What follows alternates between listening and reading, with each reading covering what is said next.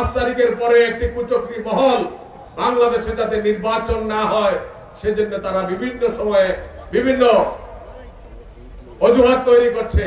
কোন সময় পিআর, কোন সময় গণভোট, কোন সময় এটা, কোন সময় সেটা। আসলে কি? আসলে তাদের ভোট নাই। যদি নির্বাচনে যায় সে দলটি বাংলাদেশের মানুষের ভোট পাবে না। তাদের 2-4-5টি আসনও এই বাংলাদেশে পাস করবে এরকম তারা কেউ বলতে পারবে না। যার কারণে তারা এখন নির্বাচন চায় না। আজকে আমরা দেখতে পাচ্ছি বিভিন্ন জায়গায় যুবদল, ছাত্রদল, বিএনপির নেতা কর্মীদের উপরে গুপ্ত হামলা শুরু হয়েছে। বিভিন্ন জায়গায় প্রপাগান্ডা শুরু হয়েছে, ফেসবুকে, বিভিন্ন চ্যানেলে, ইন্টারনেটে। আজকে যখনই মানুষ হাত দেয় তখনই দেখে বিএনপির বিরুদ্ধে অপপ্রচার, ছাত্র দলের বিরুদ্ধে অপপ্রচার, যুব দলের বিরুদ্ধে অপপ্রচার, মিথ্যা প্রপাগান্ডা। আজকে যুবদল যদি কোথাও কোনো ভালো কাজও করে তারা পিছন দিয়ে লেখে চাঁদাবাজ, এটা সেটা।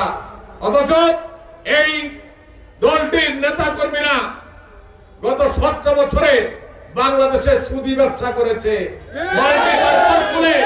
বাংলাদেশের মানুষের শত শত কোটি টাকা হাতিয়ে নিয়েছে, এখনো মানুষের টাকা ফেরত দেয়নি।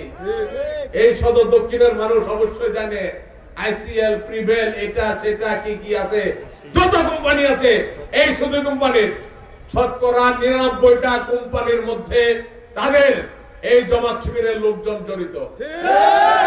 আজকে তারা ইসলামের কথা বলে। ইসলামে কি সুদ জায়েজ?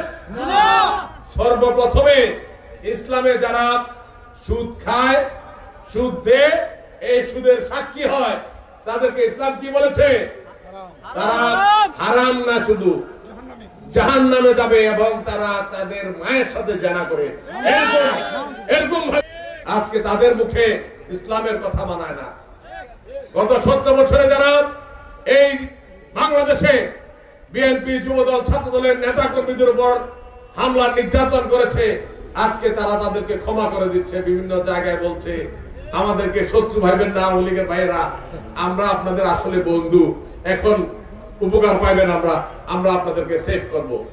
এভাবে তারা ওই সন্ত্রাসী ফ্যাসিস্ট আওয়ামী লীগকে, হাসিনাকে আমন্ত্রণ জানিয়ে বাংলাদেশে আসছে। আমাদেরকে বাংলাদেশের মানুষকে জানাতে হবে এই মার্কায় সেই দলের প্রার্থীকে যদি ভোট দেওয়া হয় তাহলে আওয়ামী লীগকে ভোট দেওয়া হবে, সেই মার্কায় যদি ভোট দেওয়া হয় তাহলে পাকিস্তানকে ভোট দেওয়া হবে। যারা এদেশে স্বাধীনতা চায়নি, এদেশের স্বাধীনতার সময়ে এদেশের মানুষের ঘর বাড়ি আগুন জ্বালিয়েছিল, মানুষকে নির্যাতন করে হত্যা করেছিল, মা বোনদেরকে ধর্ষণ করেছিল, আজকে তারা এখন তাদের মহাসচিব কি বলেছে, আমিরে জামাত শফিকুল ইসলাম, আমরা যদি ভুল করে থাকি মাফ করে দিয়ে। আরে কোনটা ভুল করছেন? কি কি ভুলের মাফ হয় আর কি কি ভুলের মাফ হয় না কেউ ইচ্ছা করলেও দিতে পারে না, সেটা আপনাদেরকে জেনে রাখতে হবে। ধর্ষণের কোনো মাফ নাই।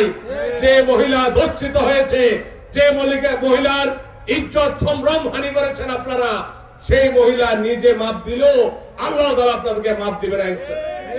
সেজন্য আপনাদেরকে এই জাতির কাছে খোলসা করে বলতে হবে যে 1971 সালের মুক্তিযুদ্ধে আমরা এদেশের স্বাধীনতার বিরোধিতা করেছিলাম, এদেশের বিরোধিতা করেছিলাম।